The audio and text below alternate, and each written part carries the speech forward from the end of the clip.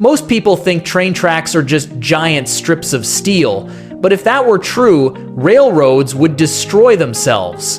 Because a fully loaded freight train can weigh over 10,000 tons, and somehow, all of that weight touches the rail through an area barely bigger than a coin, which raises a weird question. Why are train rails shaped like that? At first glance, the design almost looks wrong. The top is strangely rounded, the middle is thin and weak-looking, and the bottom flares outward like it's melting under pressure. But every curve exists for a reason. Let's figure this mystery out right here on UnLogic.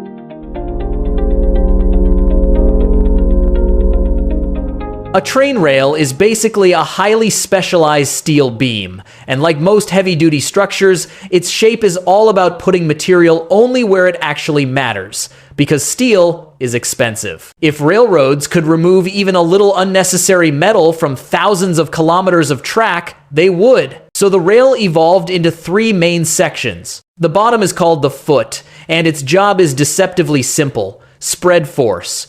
When a train wheel presses down on the rail, the pressure is enormous. Without the wide foot, all that force would punch straight through the wooden or concrete ties underneath, so the rail spreads the load outward, almost like snowshoes spreading your weight across snow. Then there's the thin middle section called the web.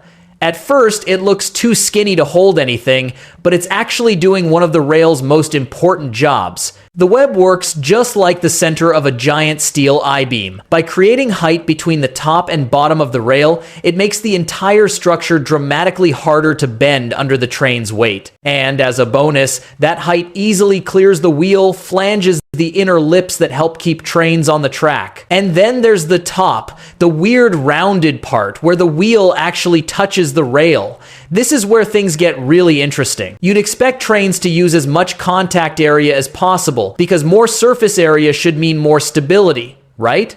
Actually, railroads want the opposite. They want the wheel touching as little rail as possible because friction is slowly destroying both of them. The contact patch between a steel wheel and rail is shockingly tiny, roughly the size of a small coin, and somehow that tiny area carries the entire weight of the train. The wheel only touches the rail through a tiny contact patch, which keeps rolling resistance incredibly low and makes trains remarkably efficient. But that tiny contact area also concentrates enormous pressure into a space barely larger than a coin. The curved rail head helps keep those crushing forces centered and properly distributed across the wheel and rail profiles. It's a constant balancing act between efficiency, durability, and wear. And this creates another trade-off. More steel in the railhead means longer lifespan, more wear resistance, and fewer replacements. But also more cost, more weight, and more material. So not all rails are the same. Straight commuter lines can use lighter rails, but heavy freight routes and curves need massive ones because curves generate much more grinding force. And railroads are so optimized that worn-out mainline rails often get reused in slower train yards instead of being scrapped immediately.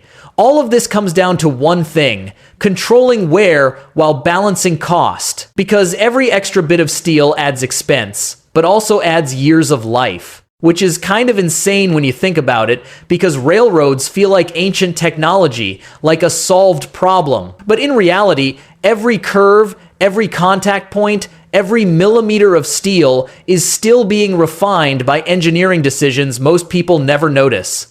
Also, a train can roll smoothly on a system that looks simple, but isn't. And once you realize that, train tracks stop looking like simple steel bars and start looking like thousands of kilometers of carefully engineered compromise.